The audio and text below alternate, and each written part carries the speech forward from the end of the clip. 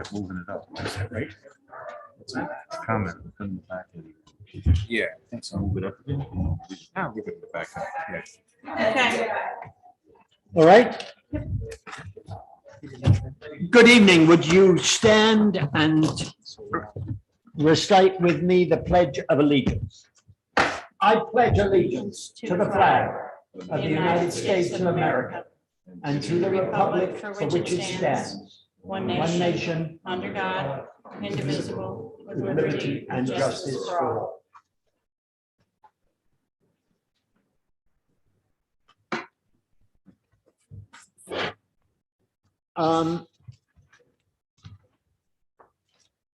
It seems a bit stupid with the small number of people here, but we will continue the rules and regs that I've been enforcing in previous meetings. Next, I'd like to open a public hearing on the proposed override of the state tax cap legislation. Does anybody wish to speak?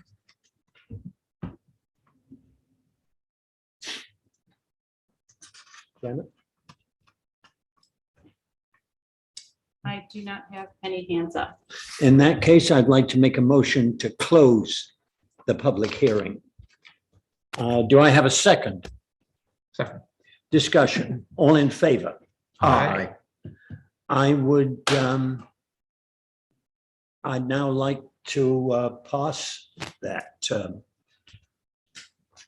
we just get confirmation exactly what that number is right now? Pass what? Confirmation what that number is. Percent wise? Or? Yes, It's 2 625 is it or something? no. I think it's. Come on, Peter. Yeah. 2.656. Yep.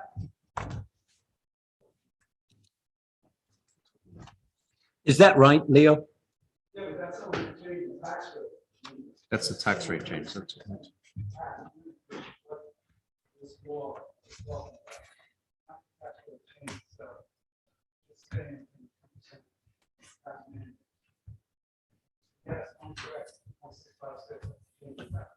Okay.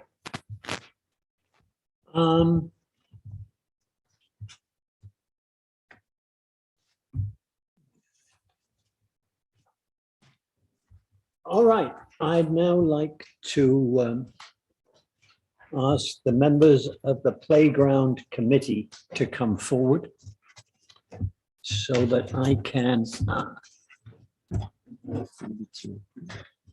That is Valerie Cancro, Okay. Josephine Barisha, Dina Corelli, Ingrid Ramos, I know she's here, and yeah, they're all Kristen Payne. front and center. I left my suspenders at home. Yeah, I'm going to read it, if I may. Resolution adopted by the Town Board of the Town of Lewisboro at a meeting held on November the 8th, 2021. Whereas Valerie Cancro, Josephine Barisha, Dina Corelli, Ingrid Ramos, and Kristen Payne saw the need to reinvent the Lewisboro Park Playground, took the initiative to form the Lewisboro Town Park Playground Improvement Corporation as a 501c3 committee. And whereas the group supervised the design of the new playground to create a safe, modern play space for children of all ages and abilities, so that it would specifically welcome children with differing physical and emotional needs by dividing the playground into two areas, one geared towards younger children and those with physical disabilities, and the other directed at older children, providing opportunities for more advanced play. And whereas the amazing achievement of this group has been to hold events which have raised $125,000 while 400,000 has been promised in SAM grants by the Assembly Speaker, Carl Heastie, and our local Assemblyman representative, Chris Burdick, with 100,000 coming from the town for a total of $625,000. And whereas this has required these 5 volunteers to meet once a week, which dedicated effort continues, and whereas these contributions are deserving of public notice, now therefore be it resolved that the town board of the town of Lewisboro in the county of Westchester in the state of New York, in recognition of the worthy service of these citizens of the town of Lewisboro, does hereby offer the thanks of its populace for their contributions to all the community's children and their parents. Be it further resolved that this resolution be spread upon the minutes of this November 8th, 2021 town board meeting for future generations to see, and that copies of this resolution be presented to you 5 ladies. So let me.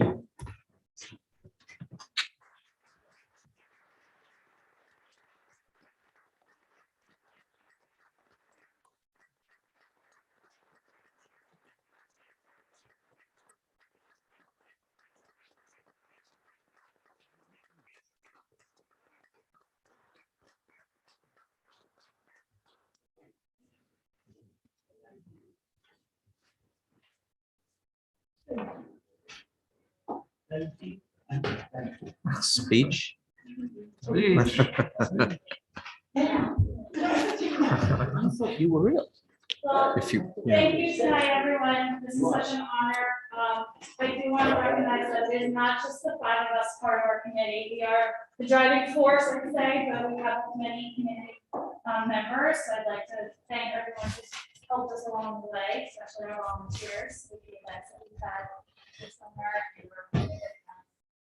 It is a delight that we are overjoyed that we are able to create this environment for children of all ages and abilities, to create a space that's not just ADA compliant, but goes above and beyond inclusivity of side-by-side play, and also a space for our children and adults alike, caretakers that enjoy this space as well. We are still continuing to fundraise, so if you haven't done so yet and you're interested, please buy a brick. We have a great company called That's My Brick. .com/Lewisboro Play. We are hopeful to include landscaping, fencing, and future maintenance of the space. So don't forget.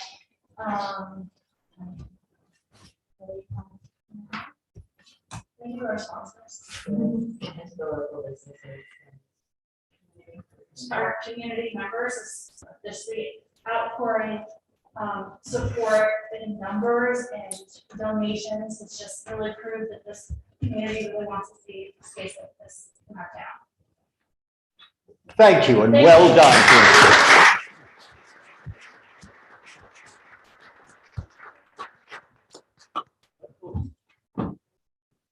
Peter, wait, you want to just jump down? Do I want to come get down? in a picture Yeah. and we'll photobomb. I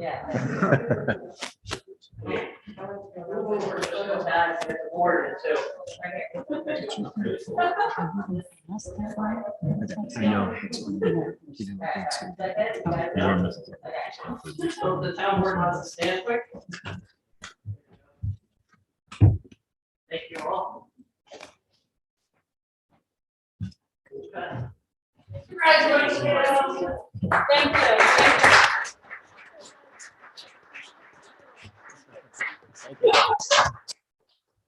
Those trails. Okay, good.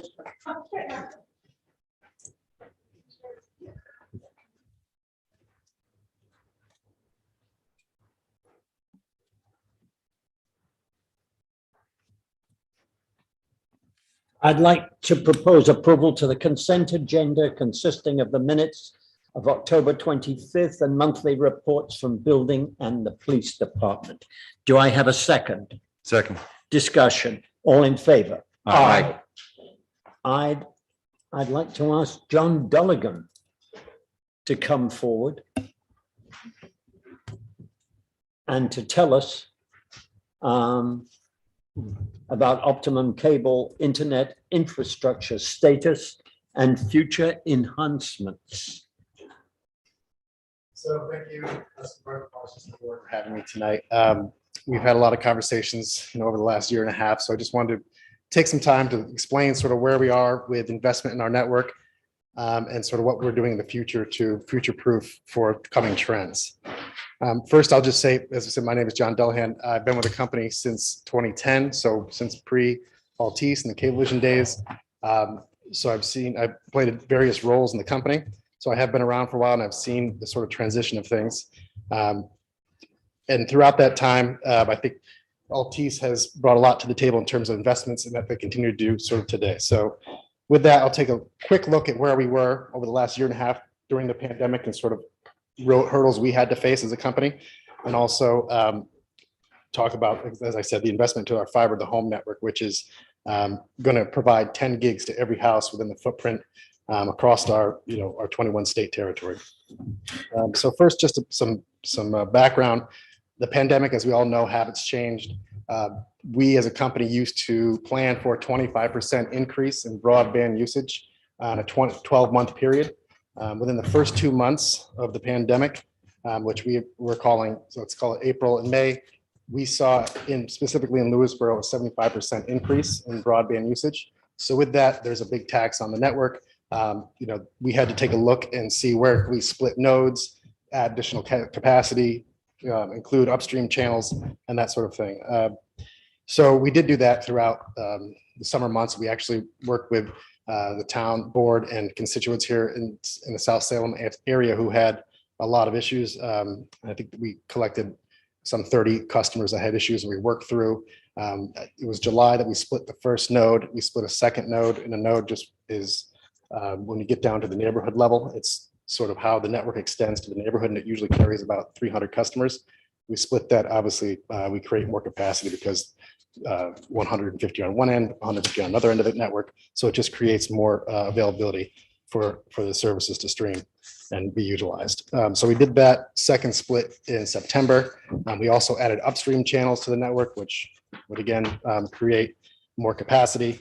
And along that time, we also had operational challenges from a call center perspective because we had to shut some of our call centers locally in New York.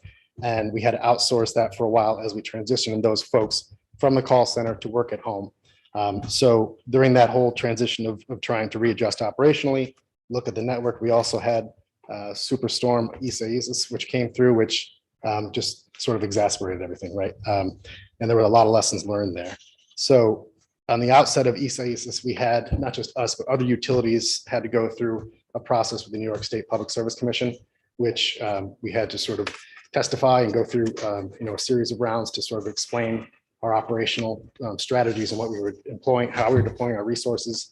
And through that process, we had a settlement. So we have some real teeth in terms of what we have to improve from customer service end and a performance end. And also, I think as the board may know, communication with elected officials as well and customers alike. So now we've exercised some of those benchmarks, and we're going to continue to. I think that will continue to. The timeline is to continue to 2022. I think we have to meet all of the requirements from the Public Service Commission. So that's an ongoing process. Now to talk about the fiber to the home network. So this is what we're doing to future proof. So you may have heard of obviously FiOS, which is a fiber network that goes from fiber all the way to the outside of the NID, which is the outside device. And then inside the home, it's usually electrical cable. But our network goes all the way from the pole into the home. It's fiber all the way to the device. So it's a big difference in terms of just being end-to-end fiber. And within the town of Lewisboro, we are planning to have that built in the end of 2022. So we've already come to the town and sought some permits to build out our network, which includes cabinets that we need to extend the plant. Beyond a certain distance from the head end, you need to push power, which these cabinets, we've already secured 2 permits. And we usually come within a year advance just to give us some flexibility in case we have to change schedules or we have an issue in some region, we can pivot and build a little bit quicker in another. So that's where we are going in the future. I'll just pause there for a moment because I want to leave time for questions. Right. So assuming that timetable is met end of 2022, how does that improve things for residents as far as somebody who's technologically unable to check challenge? Thank you, like myself. Sure. So the difference will be right now we have what's called a HFC network, which is a hybrid fiber coax plant. So there is fiber in the backbone of the network, but when you get to the neighborhood level, it becomes electrical. So fiber is light and that becomes switched to electrical. So the fiber network is just a cleaner network. It's faster and there's less repeaters and equipment to sort of need to be swapped out and changed. So it's going to be a faster experience too. Say from a broadband perspective, we're going to be able to provide 10 gigs to every house, which is the fastest in the country right now. So it will be not only from a service perspective, more reliable, but also faster speeds. John, I have a question. The 2022 schedule. So does that mean that at the end of 2022, every single household or address in town will have fiber to their They'll home? be available to purchase it, right? They don't have to because we still have, we'll Right. transition them if they so choose to transition. But And yes. this is going to be free, right? That's what I was gonna say. Are you gonna fund it out of all Oh, the yeah. extra profits you've made over the pandemic, I hope? Yeah, well, it will not be free, no. The pricing will be comparable to, like I was saying to someone earlier today, the pricing in Lewisboro is the same as it is in Brooklyn because Brooklyn is the most competitive market in the country. New York City is, right? But we don't change pricing based on competition or based on where you are regionally. The pricing that happens from a competition perspective in the most competitive market in the nation is also, the same that applies to Lewisboro. So you're going to continue with both technologies? Yep. And Okay. we will, obviously encourage folks to transition to the new one because we don't want to maintain two networks essentially. So yeah, there's going to be a lot of incentive to move over to the new network. Right. Okay. So what will the average price increase be if I choose to switch, update Mm. to fiber? I don't know what the pricing would be right now. I don't have that on. That was a weak way out. Well, I will say this, I guarantee there will be promotions, right? So you're right, you'll be promoted to come over and that will be for a period of time, like just like Okay. today. So you'll probably get a So it good will rate be for- free for a certain amount of time. right, and then it'll roll off and then you'll have to pay attention to the change in pricing. And I'm assuming it's Altice's goal to have everybody on fiber. Yeah. Yes, Eventually. because Okay. we're obviously investing quite a bit in this Yeah. network. We want to make sure people utilize it. Right. Okay. So if there's any So- questions from anyone else. or if Are there's you going concerns- to hold? I think one of the biggest things you may need to do is to educate. Apart from my stupid comments, there are a lot of people in town who could benefit from a certain amount of education. Otherwise, you're going to create an improved environment and a limited number of people are going to take advantage of it. Tony will certainly take advantage of it, and people who understand as much as he does about the internet will. But others may not. Yep, that's a fair point. I think education campaign would do us a lot of good to make sure they understand And what I can be think used. this over the- could be one very good site to conduct that invitation, that education is in the library. And I'd really encourage you to do that. The rest of you, Dan, you know a lot about this. No, I don't have any other questions. Okay. So one other thing, and you and I discussed this briefly, so we had those two permit applications that came before us. And so one of the thoughts was, why not bundle it into one so we can approve all these infrastructure components that are going to be put in throughout the town? Right. So that's a change we have put into place now. So what happened was throughout the pandemic, we paused. We did not build out the network for about a year. And once we started back up again, unfortunately, there was such an urge to kind of build out the network that our construction team went ahead of. In the past, I work for government affairs, so I would go and talk to the municipality and let them know, give them some context, let them know what we're doing, why we need the permits, what they're useful for, and sort of what the services are coming, how it's going to benefit the residents. So that our construction folks sort of led ahead of us for this year to try to get ahead of it. So that's when they came to you and asked for the two permits I'm told there's no more permits needed, so we shouldn't come back and ask for any more in Lewisboro, but Okay. now we've adjusted that process to make sure that, government Right. affairs, people like myself are sort of leading the way, making sure people understand why So, we're asking. so those two locations are gonna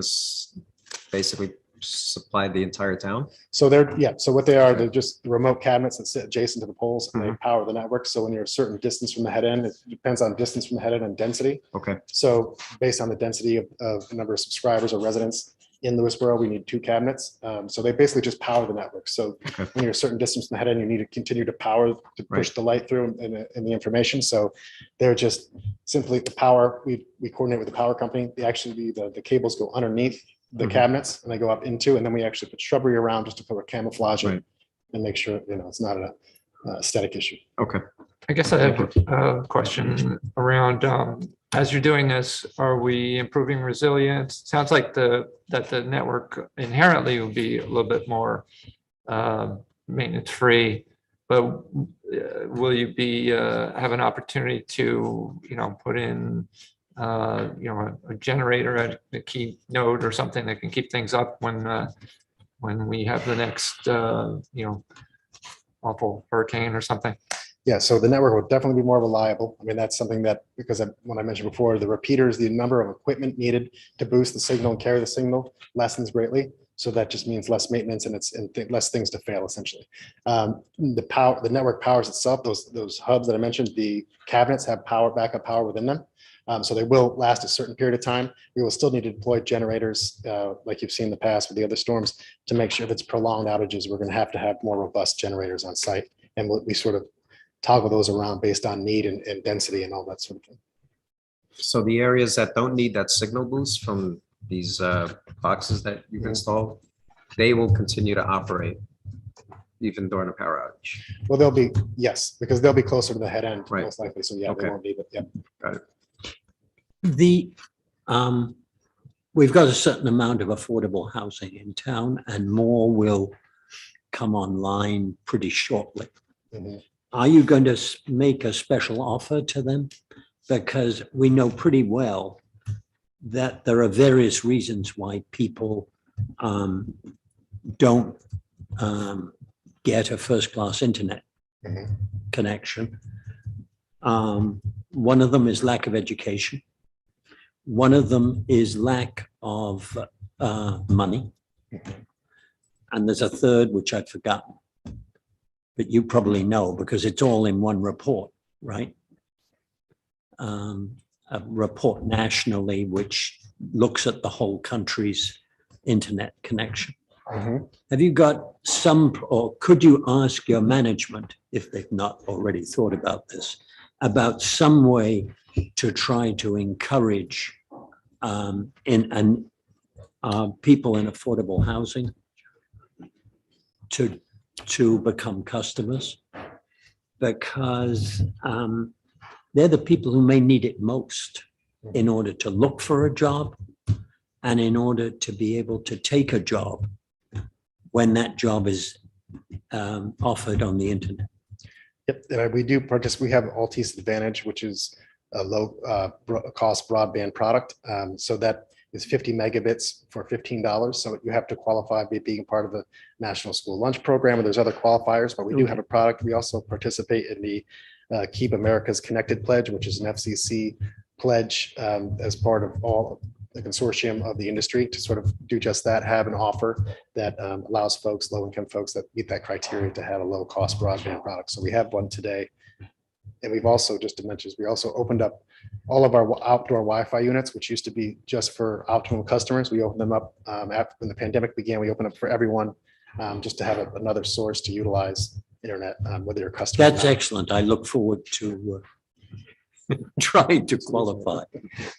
But seriously, I think that is that we should give some publicity to that as soon as it's possible for people to, as soon as the option is in place.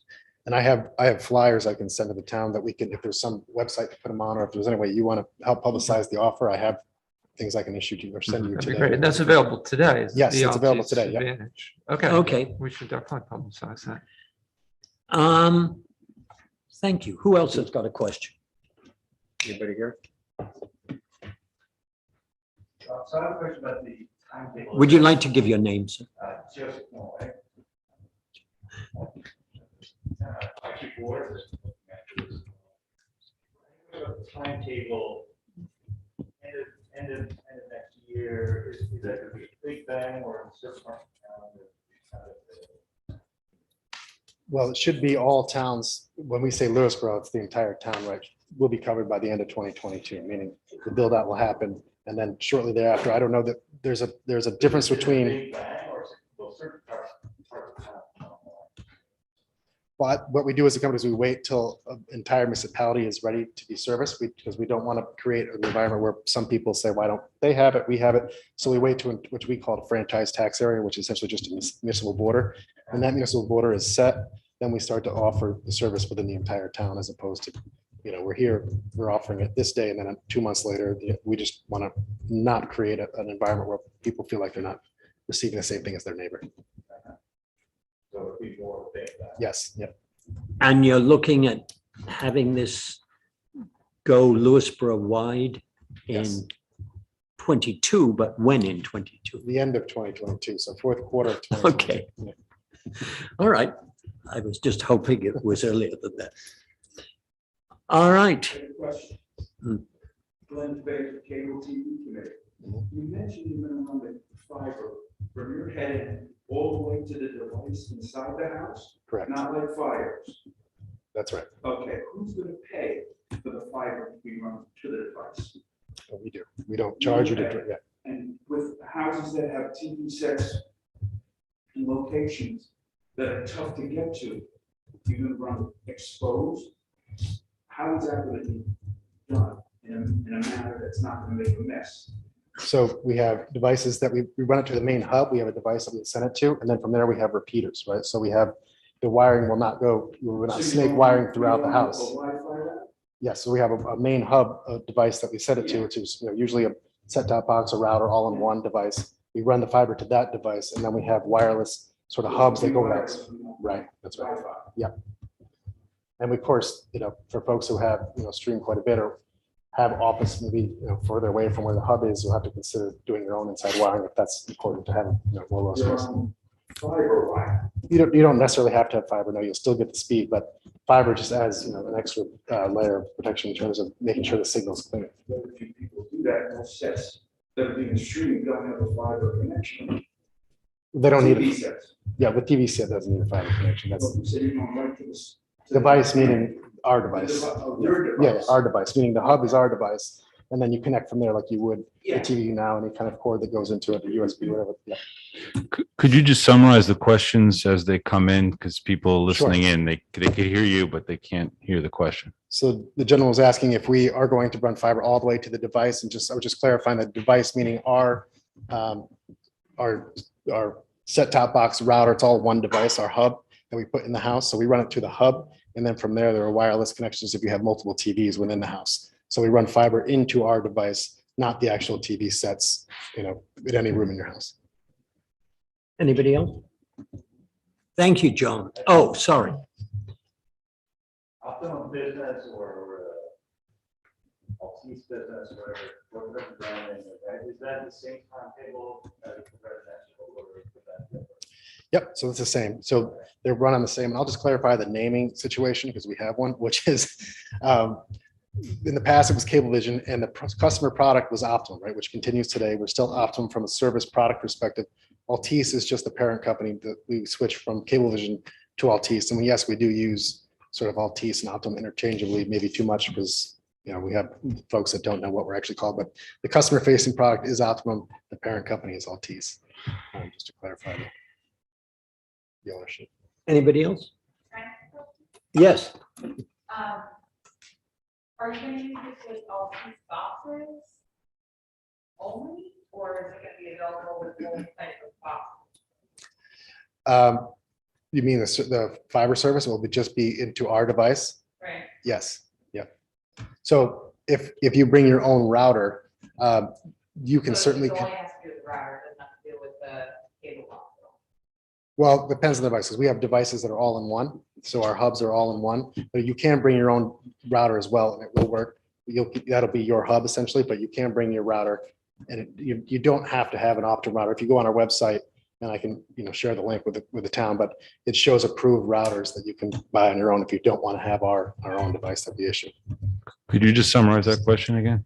So the question was, if the new service, the fiber to the home service will be, if you'll have to have our device, our router, our hub in order to utilize the fiber service, and the answer to that is no. You can use ours, or you can bring your own. There is a list of approved routers on our website.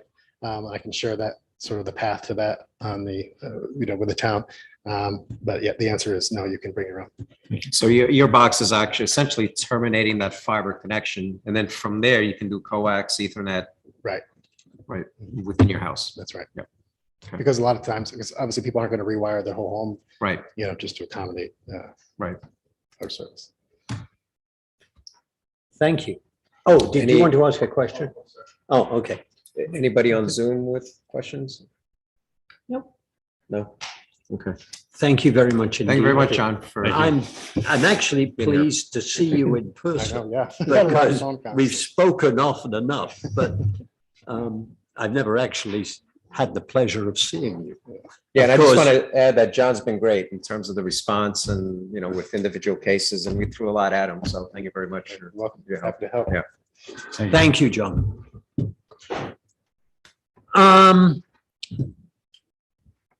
Would the baseball gentleman like to make their case for whatever you want?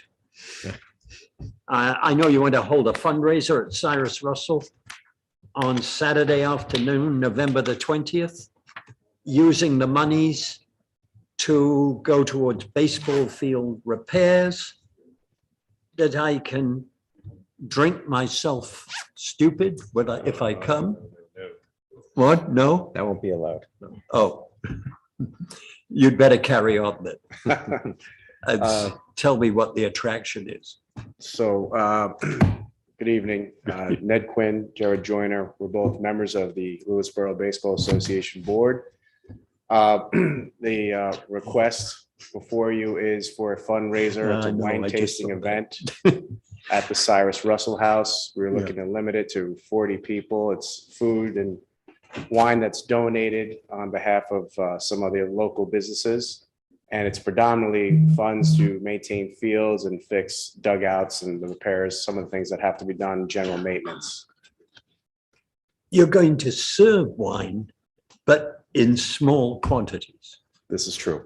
All right. But there's no limit on the number of glasses. There's Actually, it is. probably There is? manageable within the time frame of the event. Okay. It's a sampling. Okay. So you're asking us to waive the fees associated with this and approve the event, right? And approve Yes, the right. event, yes. Okay. Were there Cyrus Russell fees? Yes, there are 150. It's so moved as. Is there a second Second. discussion? All in favor? Aye. Thank you. Thank you very much. Have a good evening. All right. Is there anybody here from Autumn Ridge? Maybe on Zoom. Joseph Pandolfi, is there Joseph Pandolfi? If he's on, maybe he could raise his hand on Zoom.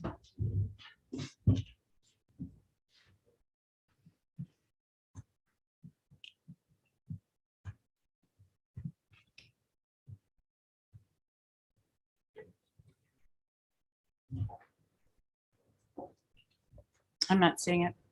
Okay.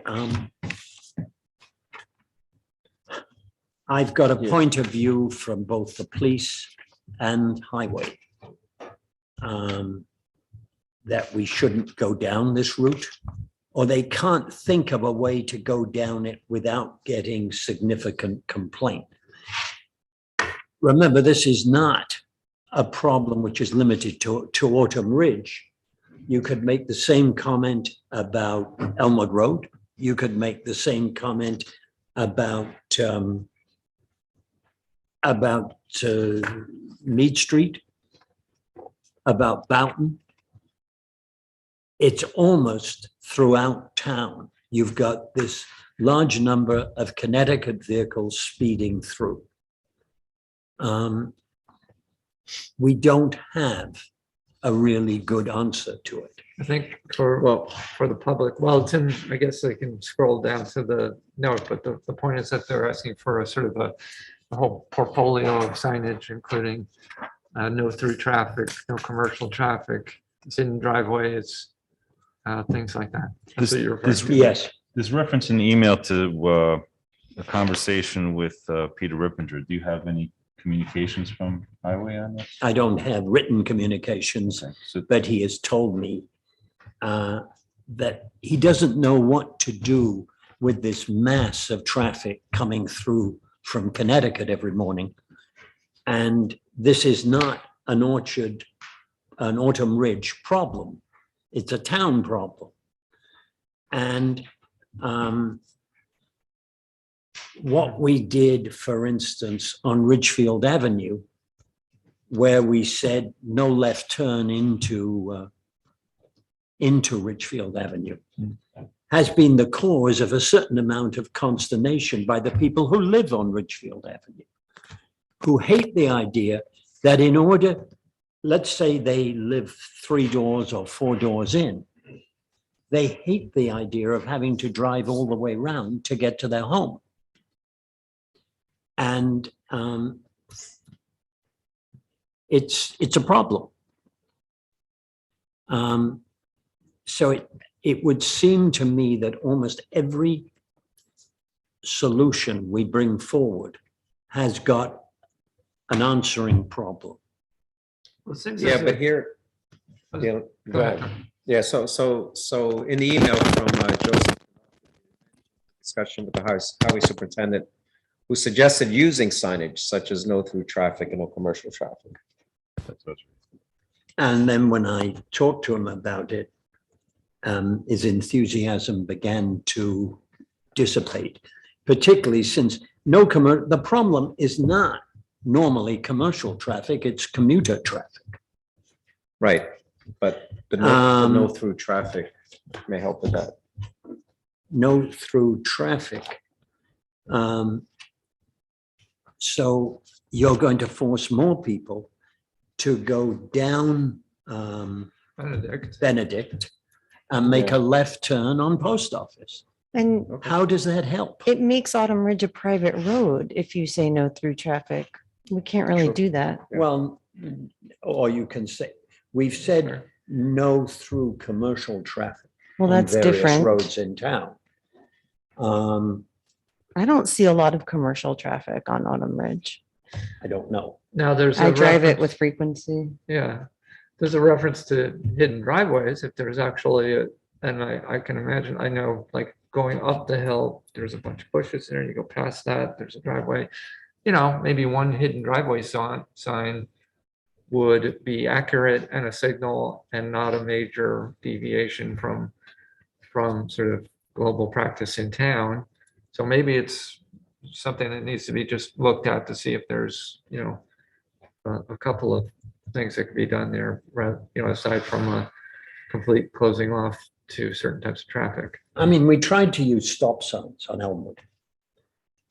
And the lady over there has handed out innumerable tickets for not stopping at stop signs in that area. It may be on West Lane and it may be on Elmwood itself.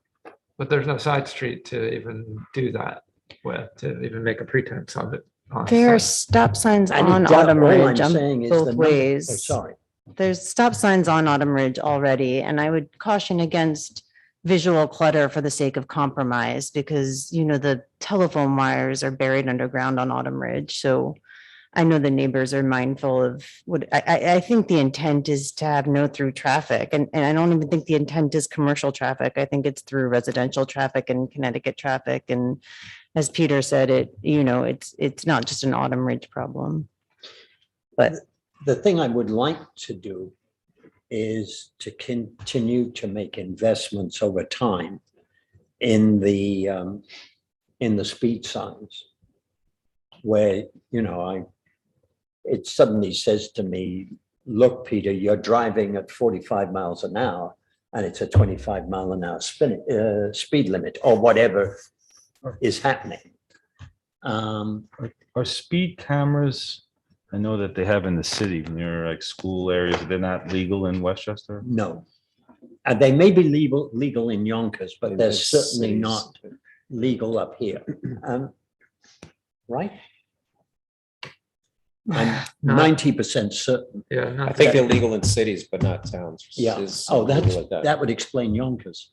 Yeah.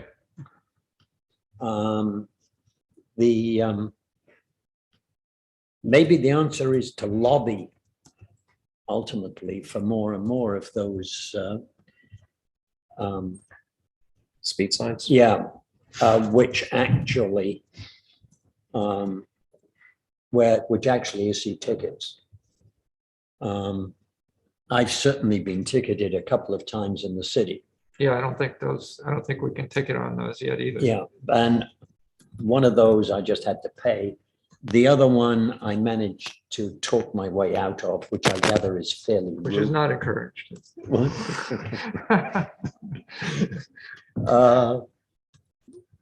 But that was tough. I pointed out that there was a cop car behind me with its siren on and I needed to get out of its way. Well, as you said, this is a problem on many local roads. And, we've had lots of discussions about traffic calming. And, it's not completely out of the question to think about speed tables. Normally, it's not really encouraged under the sort of the state highway manual. And, if you ask the, the engineers and stuff, they're not excited about it. And yet Bedford just put them in on Cherry Street, right? Yes. And they are reasonably satisfied with the results. There's dissent about There's whether dissent, there is. yes. Okay, well, see, there you go. Some people love them, some people hate them. Sounds like a success then. Uh, But they also had I remember like a portable test unit they yes, were using. Is that Yeah. like in their warehouse somewhere that we could borrow it and We talked about that, try about it borrowing maybe, it. Yeah. we can, I think we have to leave this for a little bit more research. okay. I'm just saying that at the moment, I don't, having talked to both our chief and Yeah. our highway superintendent, I couldn't arouse any enthusiasm whatsoever. Yeah, no, I don't think we want to move on this right away. Thank you.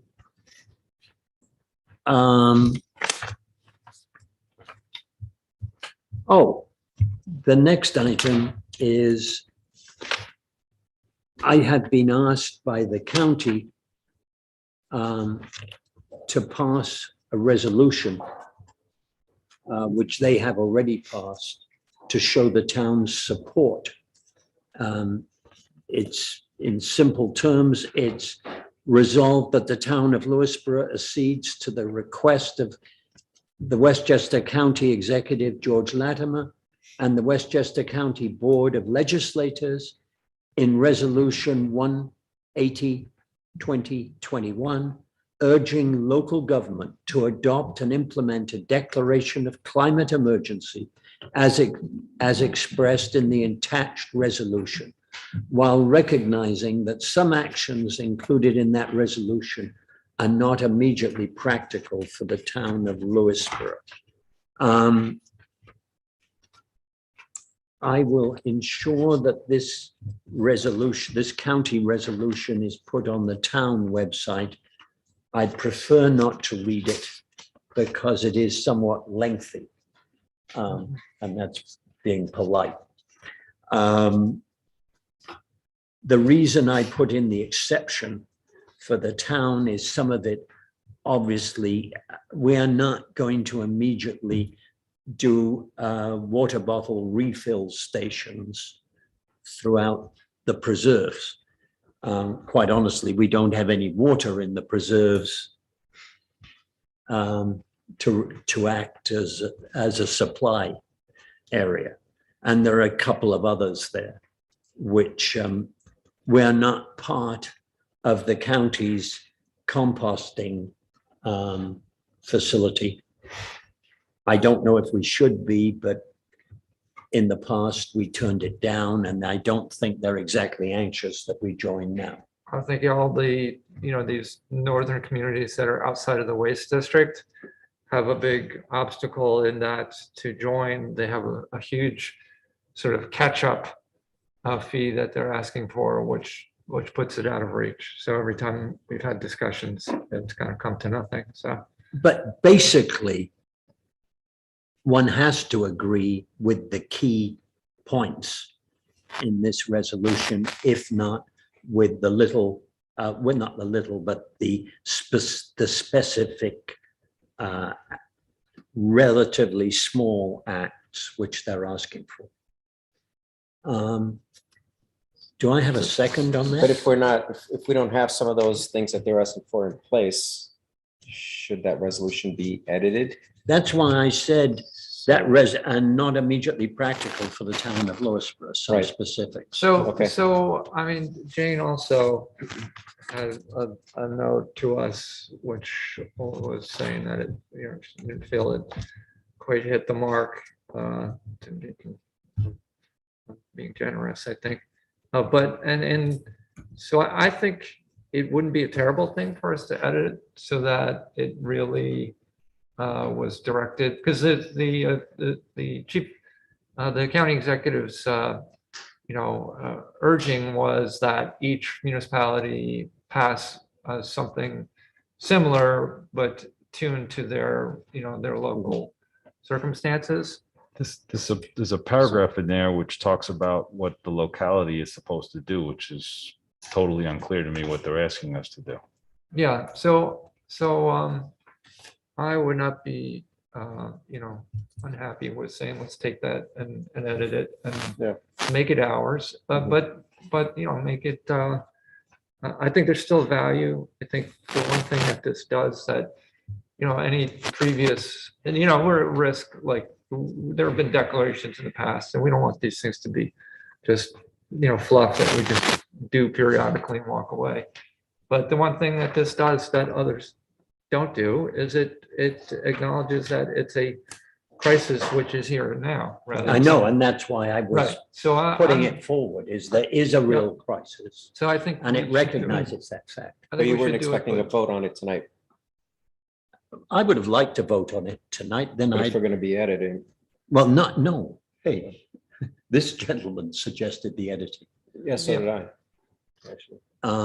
Yeah, would you We'll mind, just- Peter, if I think we can, when's our next session? The 2 The weeks' next one time. is November 22nd. November 22nd. Would you mind if we did it on the 22nd? If we No. would like to, Do you want to have I will- sustainable yes, we're meeting edit? in 2 days. Okay. So That would at least reduce its length, maybe, It might, which I would encourage. okay, Because one of the problems We'll with take this that is as a nobody's challenge. going to read it. yeah, we'll take that as a challenge. I think it's worth extracting the key points. Okay. I'd like to set a public hearing for the 2022 budget on December 6th, 2021. This allows us some time to move forward on union negotiations before that date. Yeah, so let's go back to the tax override, which we never voted on. Didn't we? No. Mm-mm. So, Okay, No. then I'll go back to it. so since we still have open discussions with the unions, which could potentially impact the tax cap, Yeah, is that why we should override the tax cap limit? I hope not, but that is a possible reason. Mhm. I don't want to override that tax cap. I Right. want to find So what happens ways. if we vote not to override the tax cap and the unions come back with numbers that will cause us to Well, exceed? Then we'll just have to cut other things in the budget. We don't, just to be clear, we don't vote to not override it. We only vote to override it or to Yeah. allow us to override. To allow us to The override. default, Right, default is not overriding. right. So if we don't do anything, Yeah. The other Then- thing is that then in we're stuck with the theory, tax cap. we could raid the town's Reserves, reserves. which we don't want to do. No. Neither do I want to breach the tax cap. Right. Right, well, we always said it's something to put in your back pocket, but having had the hearing, I suppose you could, All right. vote to break the tax cap, when you, at this point, when you run into a unresolvable, In Based theory, upon- yes. Well, based upon my That makes understanding a of where we difference. are in the process, we already have the document which is in play right now is already at the cap. So Right. we're already there. So, and that includes, as far as what the document we have, we're already there, meaning we're already at the cap. So we're kind of taking, based upon where we are in the process at this point, we're kind of taking a step backwards as far as voting to override it, if we're already there based upon the projections that we've incorporated at this point. We haven't broken the cap at the moment. I understand. I understand that, but based upon what we have, unless there's something unforeseeable, it seems like we're in a good place now where we don't have to vote to override it based upon where we are in the process. My concern is this year, this is a year where, we should try to do everything we can to make sure we don't override it in light of, coming out of the pandemic, and this has had an economic burden on a lot of people in town. So if we could have the financial discipline to make sure we don't have to vote for it. well, I mean, there's. So what are you just math. suggesting, Rich, that we don't make proposed an override possible by not passing this?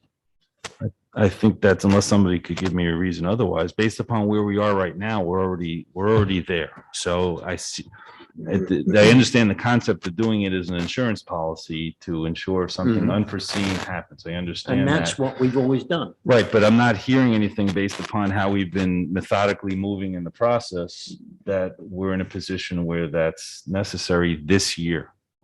Unless something tells me there's something I'm missing or figures Unless that are going to something come up. comes up which forces us to do it.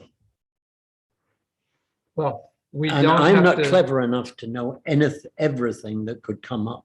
if you're uncomfortable with doing it right now, as far as I know, we could, having had the hearing, we could let this sit as is without voting on it, and then if whatever comes up on the 22nd or whenever, we could have the vote to break it, and then You only have to vote, break the cap, one item before you pass the vote. one item, As long as. right, as long as the law is not one passed. meeting, one item before. I mean, Okay, I would so- suggest you do it that way. So let's see if As there's long as something it's passed. unforeseeable that comes up and we need to. So that's fine too. We've accomplished the same thing. We've left ourselves, I mean, it's all kind of semantics. I mean, ultimately, it's just gonna be math, and we'll see.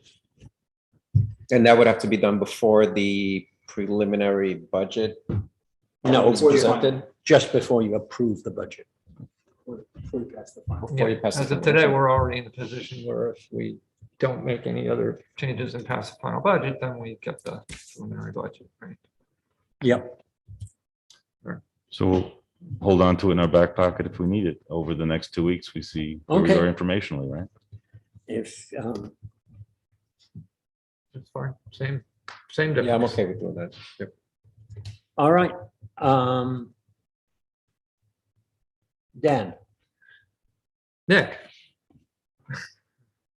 So, I'd like to introduce Nick Tedrow as our latest addition to the Sustainable Westchester staff.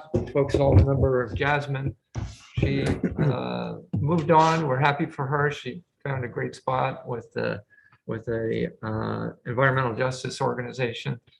And decided that was her path, but we lucked out. Nick moved here from California, where he worked for many years with a firm called Grid Alternatives on California state energy programs and solar programs and whatnot. So he is now taking up the position of the operations manager for Westchester Power. He's gonna Yeah, that's tell right. us what's going on. Thank you, Dan. And I had a presentation here, but I'm realizing now I could share my screen with the folks on Zoom because I'm logged into the Zoom, but some of Yes, you all can you- here might not have the Can benefit. you ask for co-host? You give it to him. Okay, perfect. Then I will share my screen, and I guess I'll just sort of describe anything that might be visible on the screen that you all can't see. But yeah, thank you for the introduction, Dan. I'm happy to be here presenting for you all on behalf of Sustainable Westchester and talking about the Westchester Power Program and our request for approval for new MOU, the new price not to exceed for the next contract, energy supply contract for the program.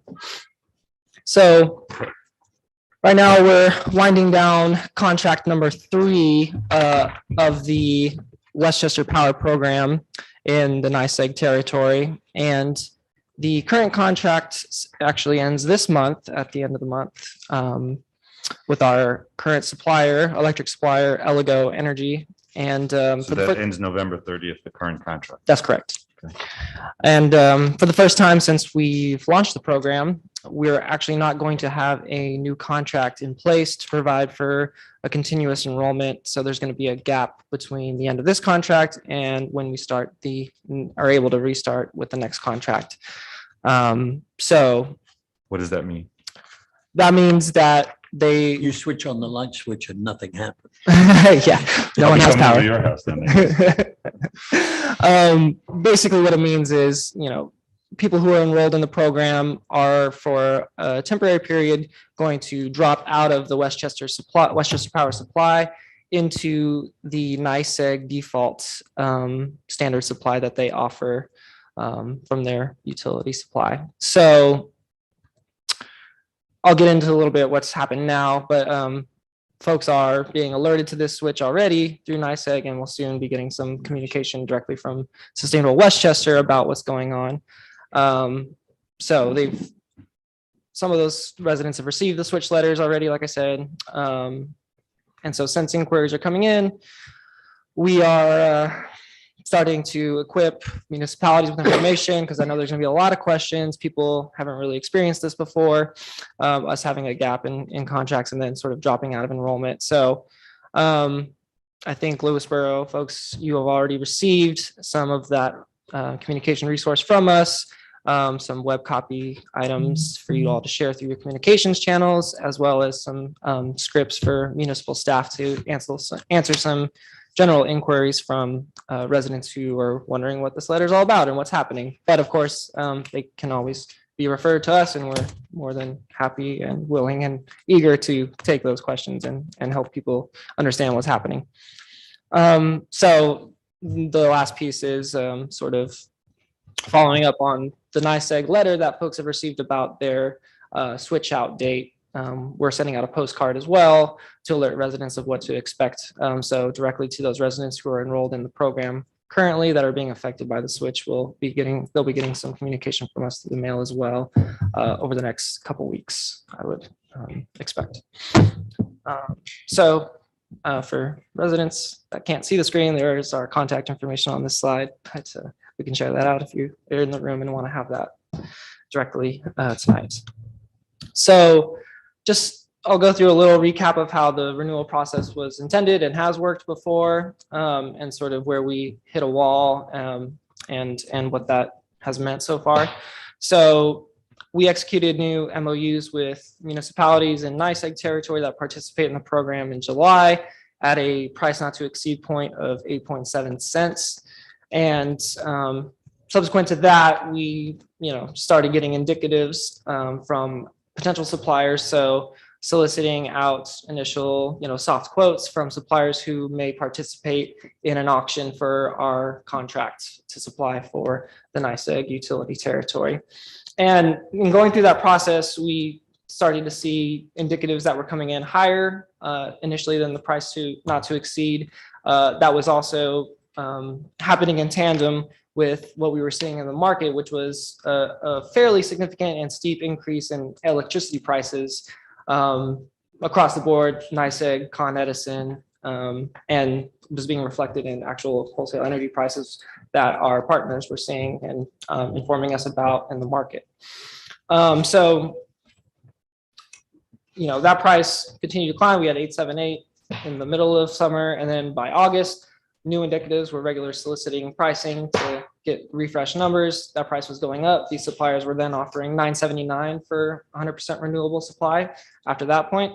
So clearly red flags go up. We're wondering, okay, well, we had this 8.7 number and it was consistent with where the market's been since the existence of the program, I would guess. I've only been here a few months, but now we're seeing numbers go way up. So in order to try and sort of buy ourselves some time with a short-term solution and figure out, what's going on and how to respond and how to sort of adjust our approach to soliciting a new contract, we tried to work with the current supplier on extension to their contract.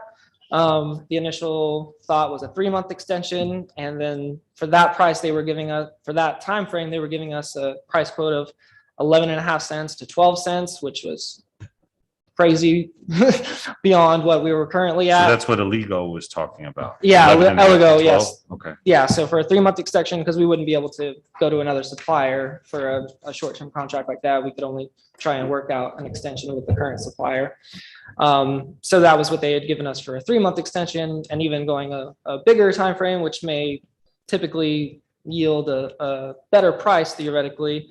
That was still coming in at 9.8 cents per kilowatt hour. So, and then they subsequently withdrew that offer not long after giving it because the market had moved again and they didn't feel comfortable with offering that price to us for 9 months. So basically, that was coupled with the fact that we were soliciting quotes for the worst months of the year, winter being the highest price electricity months of the year. So that on top of a market that's kind of acting funky and going up that suppliers are starting to get worried about, we weren't bound to have much luck with getting a price extension that was going to work. So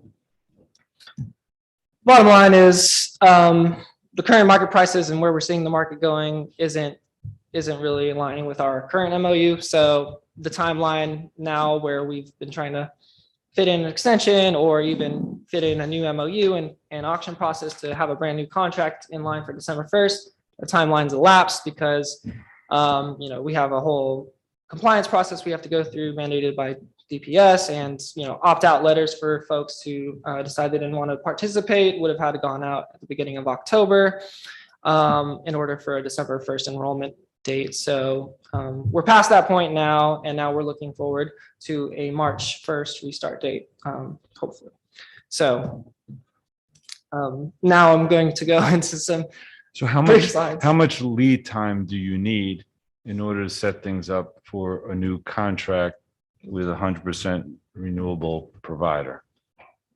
Well, lead time. So assuming we had an MOU with a price not to exceed that we could go to auction with and solicit for suppliers to contract.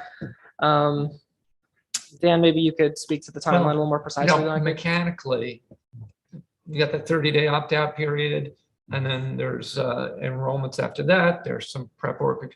So, you could say a couple or 2.5 months, but right now we're in a situation where we want to start in March, but we want to go to auction as soon as possible because the pressure on the pricing continues. So we want to go ahead and lock in the price. Right. Is the market pressure continuing to go up? Nick's gonna yeah. tell you about that. The short answer is yes. I'll give a little bit more of a long-winded answer that sort of explains why we came to that informed belief. So we've worked closely with Transparent, who's a vendor of ours. They run our auctions. So they're steeped into the energy sphere sector and work with all the suppliers and, have a pulse on what's going on very intimately. So they've, been helping us as we've sort of been soliciting these pricing indicatives to help us understand what's also going on in the energy market more closely and giving us a lot of good and reliable information that we feel can trust and rely on. So this first slide and graph that I'm sharing is basically a 12-month, the natural gas spot prices over the last 16 years. So looking at October from the last 16 years. So on the front end of this, 2005 through 2008, you can see that the dollar per MMBTU, which is the measurement of natural gas, that price is a lot higher than where we've been in the last 10 years or plus, looking here down as we go to the right of the graph. And, as a little bit of a historical perspective, this is more the norm, what we've seen in the 2000s throughout, our time of natural gas and electricity supply than what we've experienced in the last 10, 15 years. And that's due to the expansion of fracking in the early 2010s, which led to an expanded abundance of and access to oil and gas supply by expanding and loosening the restrictions on that. So more fracking, more supply, lower prices, and folks were in the US were living the good life in terms of energy prices anyway for that period. So that's just to demonstrate sort of the historical perspective. And why we're talking about natural gas is because in the electricity supply, natural gas is the sort of predominant relied upon source for electricity in the whole composition of the electricity supply market. So as the gas price moves, it tends to be the barometer and influencer of how overall electricity prices would then react. So this next slide is a shorter look of the last 5-6 years, and it's just demonstrating, the years, those years past in the months, the monthly breakdown of where we see the price of electricity at, and natural gas at normally, and how it's settled over those last 6 years. And you can see a relative consistency again that you would have seen in the last graph about where those prices have landed. But now that red line going across is this year, and specifically between June and October, you can start to see now a steady tick up that isn't reflected anywhere in the past, for this time of year or any other time of year. And so that's actually a fairly significant steep increase as well, where, if you can't see, we're going from almost $3 all the way up to almost $6 in the matter of a few months, where we haven't really seen a settled price of $6 on gas. So in 12 months, natural gas settlements, the price is almost triple. That's correct. Yes, that's correct. So that's just another visualization of where we're at right now and what's happening and what we're reacting to as we go into this end of contract 3, start of contract 4 process. So then this last slide is just comparing electricity prices through the NISO statement prices to the gas prices over that last 5-year span, just to demonstrate that there's a correlation in sort of the movement of how gas prices are moving with that electricity to put a visual on that statement that we've made of, gas prices influencing the electricity market prices overall. So why does this happen? Sort of the editorial part of this is, well, in the summer where we started seeing this spike happen, all of a sudden, there was a big influence from Hurricane Ida. A lot of the production and operations down in the Gulf went offline, which strained the supply market a bit and therefore shot prices up a bit with all the damage that was done by that. But the bigger and far more long-lasting and consequential factor here is what's going on abroad in Europe and Asia, particularly Europe, and they're experiencing of natural gas shortages. They've got low storages from having cold winters and are are strained for that energy supply.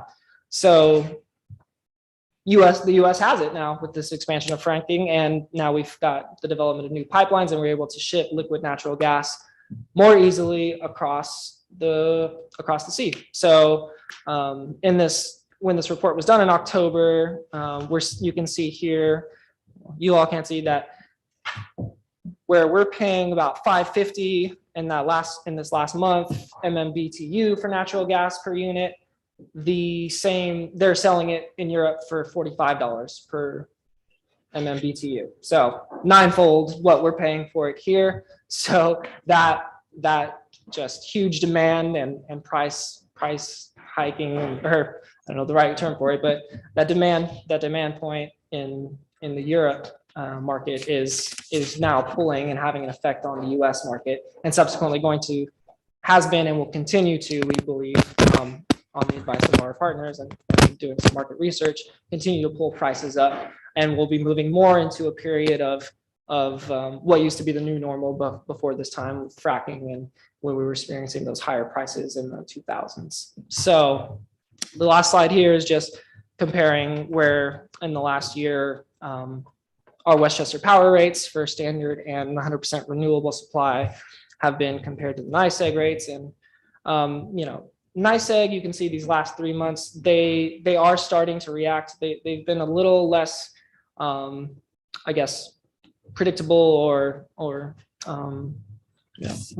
directly reactive to what's happening in the market, maybe than Con Edison has. But it's clear that over the last 3 months, the prices that they're charging are going up along with this price and rise in energy costs. On the graph, what does PTC mean? Nice. That's the price to compare. So that's what we use for the purposes of sort of yeah. So what a customer would see reflected on their bill, inclusive of, ours is a flat fixed rate, but there's some, a little bit of an adder that goes into looking at the NYSEG price to compare with some of their different function charges. And that price to compare, that's NYSEG's standard rate? Yeah, the default supply. So this would be the product that folks will be dropping back into automatically when this switch happens this month. So folks who are paying, I guess, just over 7 cents with the Westchester Power Renewable, their NYSEG rate's going to jump up to 8.86. Well, that was what in October. That was what it This was October. settled out in October. Yeah. So those folks wouldn't have got that price, but indications and our very strong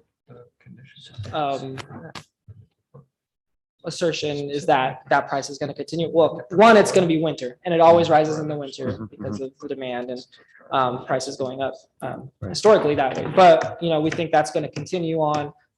There's a likelihood that'll be a continuing pattern beyond just the winter as well. So, which is reflective also in what I think the energy market and the private companies are thinking as well, with the indicatives we're getting from them on these contract terms that are well beyond the 8.7 cents we've seen and into the 10 something range.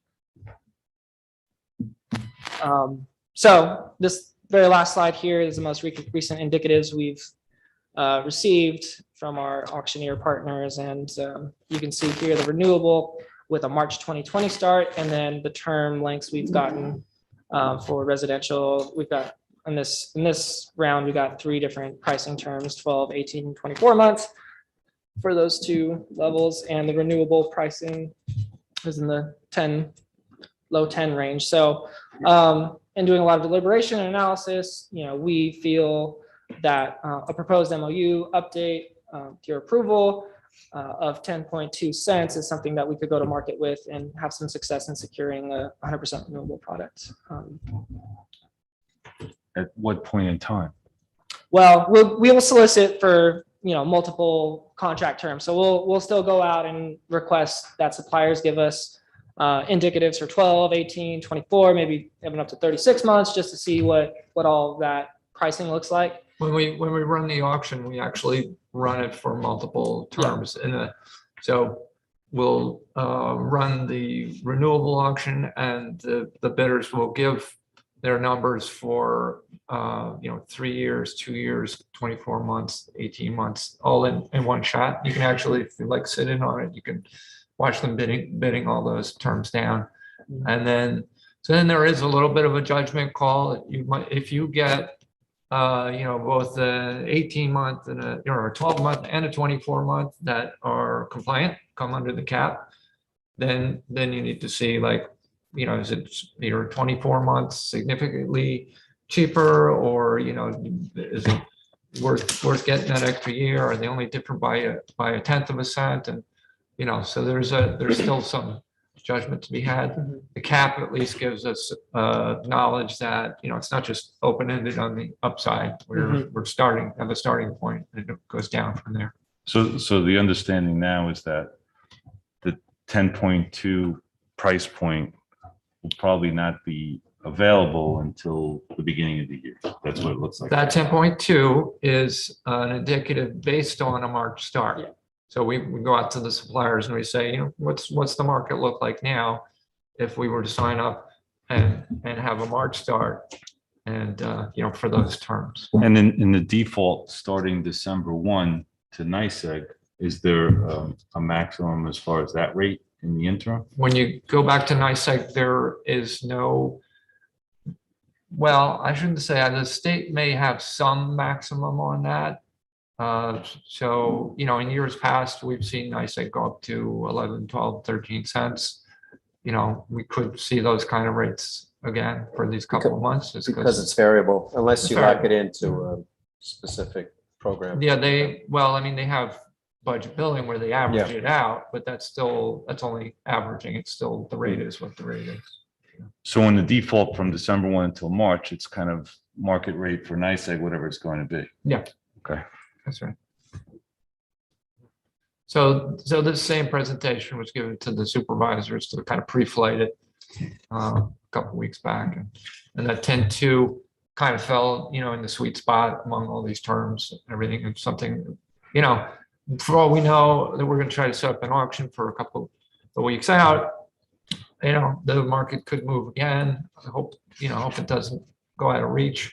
Normally, historically, if things are, going the way they have, you can expect to shave off, 2/10, 3/10 of a cent in an auction, maybe through the competition. But if the markets continue to go up, you may struggle like this last one. Actually, we just barely got one compliant offer in the end, so it really depends. So this is all just the build up to say that that's how we got the number. It's in the MOU. The MOU is the exact same one that we signed, a couple months back, but with the New price not to exceed. price adjusted. MOU is Memorandum of Understanding for those Yep. Sorry. Yes. It's trying not to just figure a out what the town. acronym is. Yeah. It's basically the document that commits everybody to participate in the auction, and says if we do get compliant bid to sign the contract, then it's associated with that.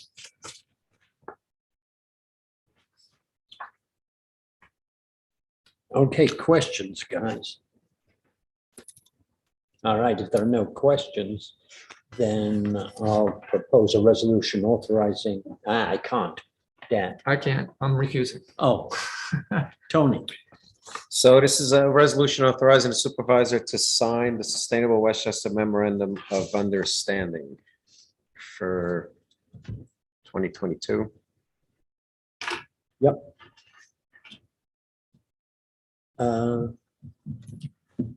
Can I get a second? Rich, Yes. discussion, all in favor? Aye. Aye. Not great, but I guess it's the best we can do. Yeah, we don't know if it's great or not. We Okay. won't know So, until. Yeah. Yeah, if it goes to 15 after we've managed to secure a contract for 10. Yeah. We'll be genius. Then Then it'll be great. then we'll be brilliant. Yeah. Right. And I think, Well, and if not, I'll be out of town. Yeah. I don't know if everybody remembers a couple of years back when there was the pipeline being built across the river. It actually passed within 4 miles of here over in North Salem, and it was expansion from 19 inches to 42 inches.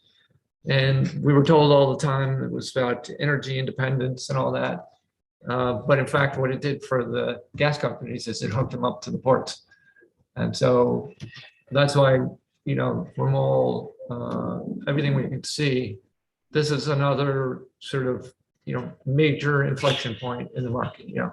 So you saw when we hit the fracking boom, that was like a whole, you know, the market was reset. Once we're connected to the European market with those prices, that's another reset. Like who's going to sell at, you know, lower prices when we can get that, you know. So there's, you know, you could look at where we are now and say, oh, you know, maybe it's just another bump, but it's coming when bumps don't normally come. And there's this driving force that like, there's no reason for it to go away. So I think it's, you know, better sooner than later to sort of get in front of that. Yeah, the prices in Britain are through the roof at the moment. Yeah, no, it's a real problem. Sure. So once we have this electrical services agreement, the ESA in place,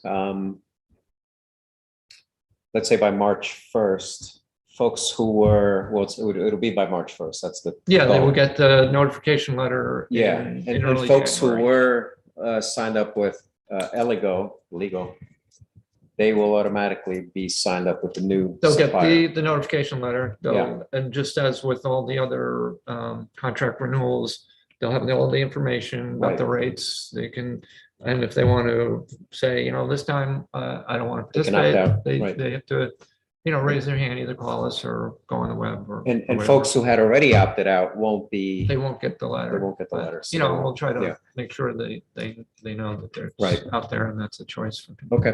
WHA grant application is next on our. We Right, so Peter, could we do a roll call for that? Oh, though, roll so call. just so I Oh. have it. You proposed, oh, you. I proposed. Right, and then Rich seconded. Right, Yes. Yep. and then Peter, yes, Yes, and Dan, Recused. and then Jane. Yes. Thank you. this could go on for a long time if we're at all effective at transferring people out of traditional ways of generating electricity.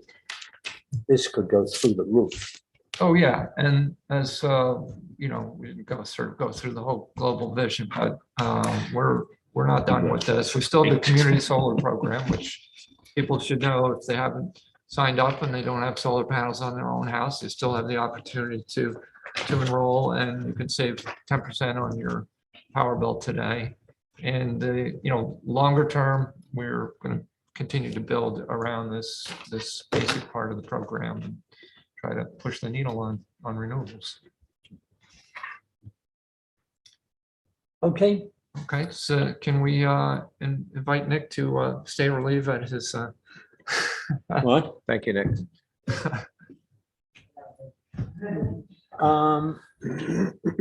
Will somebody, you probably, Sure. Yeah, take this is. over with the WIA? Yeah, so as part of the Water Infrastructure Improvement Act grant, which we are pursuing for Oak Ridge Water District, which is due November 22nd, so it's in the works. We're going to get the application in. But one of the last remaining items was a board resolution approving that the supervisor signed the agreement.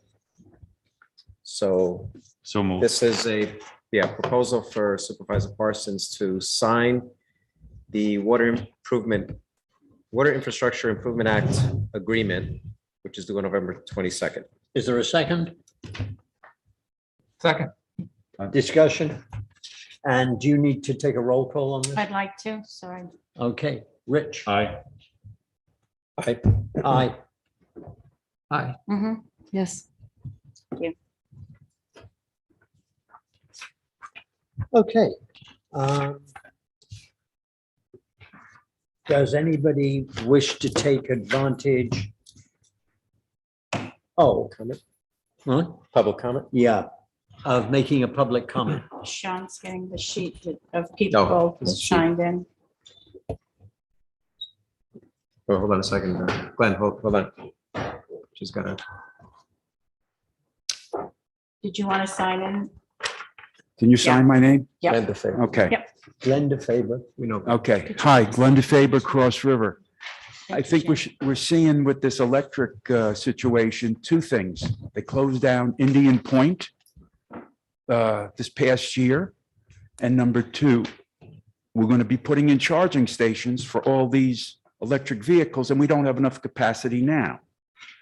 But beyond that, Dan, I know your heart is in the right spot, but I think you should have been advising people to go and find their own electricity, because right now you can go with Verdi Electric, 36 months for 7.69%, 36 months. I've been on it, ESCO, for about 25 years. Never used you guys because I always found it better when I did it. I have a heat pump for 35 years, so I've been pretty green. But I don't think you're going to get the contract at that 10% that you think you're going to get. This market is going crazy. So now the people are on a variable situation, not green power, more money, when you should have been advising the people, listen, we don't have a contract. So hopefully they could have found it. You go online, you check all the different power suppliers, and Verdi was right there. 7.69 for 36 months. It only shows you when you do things yourself, sometimes they're better than when you rely on other people. Thanks a lot.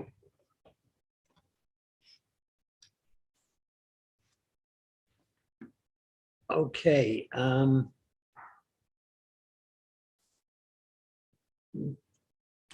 Bukensky. Nick. Nick. I think he left. Oh, that was your Mhm. your guy? This is the sign-in list. Yeah, so he Yeah. left. Okay. Any other public comments? I'm looking and there appears, yes, there's two people. Carol Cernak, I'm asking you to unmute. Hi, good evening. It's Carol Cernak, South Salem, New York. I'd like to say shame on Peter Parsons for allowing the contract between Hickory Homes and Properties and the Highway Department. No RFP was issued or requested. Shady behind the deal, to say the least. Town attorney for not being aware. I guess this is what happens when you don't live in our community that we keep sacred. In the contract between Hickory Homes and Highway was not procured officially. The town board does not have to vote to end the contract. This is between Peter Rippinger and Hickory Homes. Makes you wonder who is the beneficiary. Let's put an end to our deputy highway supervisor, Joe Basadas, insisting that the contract hasn't been terminated since it was never approved by the town board or procured properly. To the town of Lewisboro, stop acting like you don't know about the history of the contamination to the wetlands that adjoin the wetlands, including 4.2 acre nature preserve that adjoins the salt dome property. Tony, you should be ashamed of yourself for not following through with Hickory Homes and Property and the Highway Department agreement.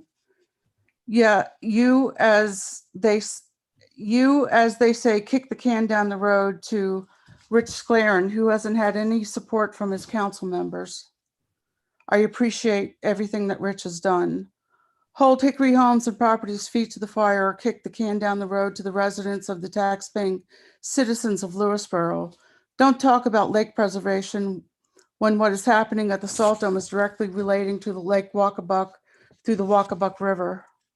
Finally, educate your highway department employees they should approach a town resident on how they should approach a person in a rational manner than by being hostile and ignorant, especially when they aren't in a highway vehicle, a highway uniform.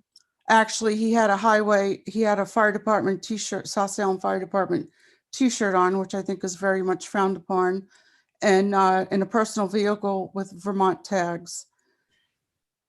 And as soon after that, I found a mattress in the Hickory Homes dumpster, household garbage, a window air conditioning unit, and a disposed of fuel oil can. Additionally, I found a fuel oil can laying on its side behind the dumpster in the brush. To this day, it's still there. The local police were summoned to the highway department garage a day later to file an official complaint after I was approached a day later by this overzealous employee. Why wasn't I visited by the police? They know who I am and where I live. Do the right thing, please. Thank you. Okay, thank you, Carol. Next, Jim O'Connor, I'm asking you to unmute. Hello, can you hear me? Yes, we can. I wish I could be there tonight, but I have a little bit of a conflict. The conflict also that I have is in regards to town board member Dan Welsh sitting on the board and recusing himself regarding the Sustainable Westchester program. I spoke to Mr. Sclaren several months ago, and I approached it, and I actually wrote an email. Nobody wrote me back, and it was in regards to a conflict of interest that I thought that Mr. Welsh had, being sitting on the town board, pushing his agenda and his company, Sustainable Westchester. I was advised by Mr. Sclaren that he spoke with the town board attorney, and they said that there was no conflict of interest. Okay. Well, right after that, Dan said that he's going to recuse himself going forward. So by saying you're going to recuse yourself going forward, that means that you had a past and that there was a conflict in the past. So when now you really don't hold a vote because you recuse yourself on holding a vote, but yet you have your employees come here to talk about your company, Sustainable Westchester. So tonight, what I'd like, which I probably won't happen, either that you resign from the board or you publicly explain why this is not a conflict of interest. I hope people go to the financial sections of Sustainable Westchester and realize that Dan has been an employee since 2016, and it correlates to how he has been a town board member since 2014. And every time that he pushes his agenda, he does pretty well. He was an employee, then he became director of the program. And in 2018, he made $115,000 for only working 40 hours a year. 2019, same thing, 40 hours, and he made $101,000. That roughly comes out to $2,300 an hour. Brain surgeons don't even make that amount of money. But I'm curious, your financials are not shown for 2020. While people were in lockdown with COVID, suffering, depression, alcoholism, kids couldn't go to school, people couldn't pay their rent, people couldn't drive their cars to certain places, everybody had to mask up. I was wondering how much money you made while everybody else was suffering. You talk about white supremacy and elitism. That's what you are. Thank you.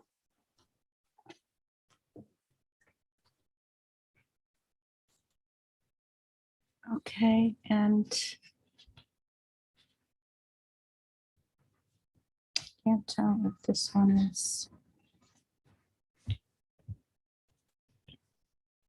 That appears to be it, Peter. Thank you.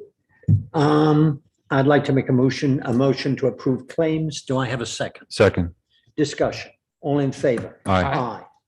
I'd like to poll the board. Peter, can I just bring it back to something? You had started a conversation about the budget public hearing. Oh, For sorry. December 6th. And I never passed anything?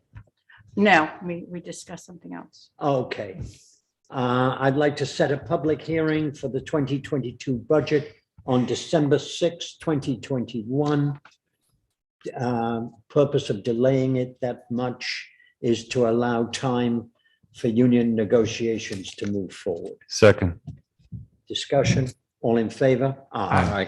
And then that means the December 13th meeting is no longer, correct? Right. Okay. Did we approve claims? Yes. In that case, I'd like to pull the board. Rich, Nothing this evening. Jane, Nothing. Tony. I guess I just want to thank everyone who came out to the polls on Tuesday. It was a great turnout. So thank you, Lewisboro, for coming out. Do you want to go through Veterans Day or should I? Oh, you go ahead. Yeah, that's a good, yeah. Dan, Only to note that the leaf blower and gas lawn equipment buyback programs probably going to be rolled out in the spring because it's taking longer. We really want to get local retailers involved, and there's not a very developed, supply chain there. So we're still working on that piece, and but we're gearing up for the spring. Veterans Day. Have you got anything else? No, that's good. Which is Thursday, the 11th of November. There will be a breakfast at the South Salem Fire Department with Boy Scout Troop 1 helping with the serving. That is for veterans. After that, What time is the ceremony at the townhouse? at the town, it's 11 o'clock 11 a.m. on the front lawn of the townhouse by the Veterans Flagpole. It will include a moment of silence, the national anthem. We will acknowledge the veterans who are present. And I think I'm supposed to speak. In fact, I know I am. And we will retire the flag. And that will be done by the Goldens Bridge Boy Scout Troop 154 and Girl Scout Troop 301. Where was your handsome poster which you were given the ceremony? Where was that mounted in town? What poster? Your banner. Your banner. It's, Is it over here? on Spring yes, Street? It's on Spring it's, Street. it's outside St. John's Church, opposite St. John's Church.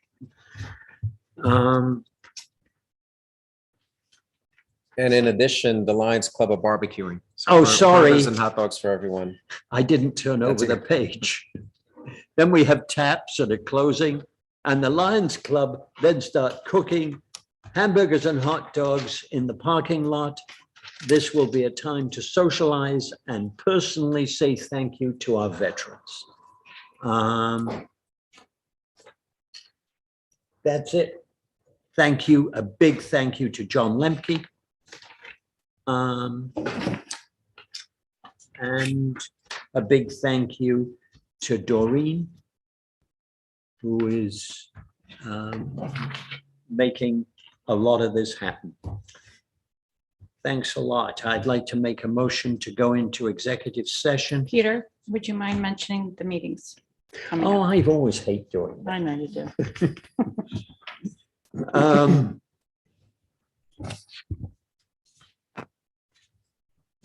Our next meeting is a town board work session on Monday, November the 15th, which will be limited to one subject, which is being presented, the engineering studies for Lake Kitchewan, Truesdale, and Walkabuck about how we reduce phosphorus in those three lakes. Via Zoom only. It'll be Zoom only. After that, we will have another meeting on Monday, November the 22nd at 7:30, right here.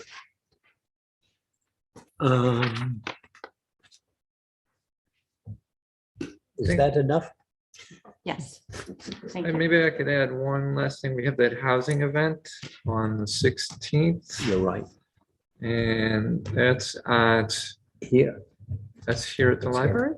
I think so. Are you sure about that? No, I'm not. Oh, it's LES, that's right. It's at LES, right? Okay, And just looking to see what time that is on the 16th.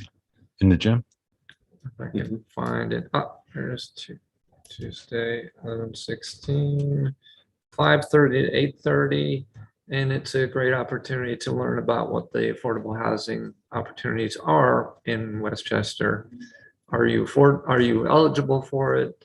And what are the various conditions under which you could rent or buy and things like that? So, Is that going to be in the gym or in yes, the? at the elementary school gym. Okay. So that'll have direct application for Lewisboro Commons, I guess. Um, I don't doesn't- know. It doesn't refer to I it think so. specifically, I but don't think so. No. I think we'll have the As an extra expertise council there separate. probably to guide people if they're interested in that.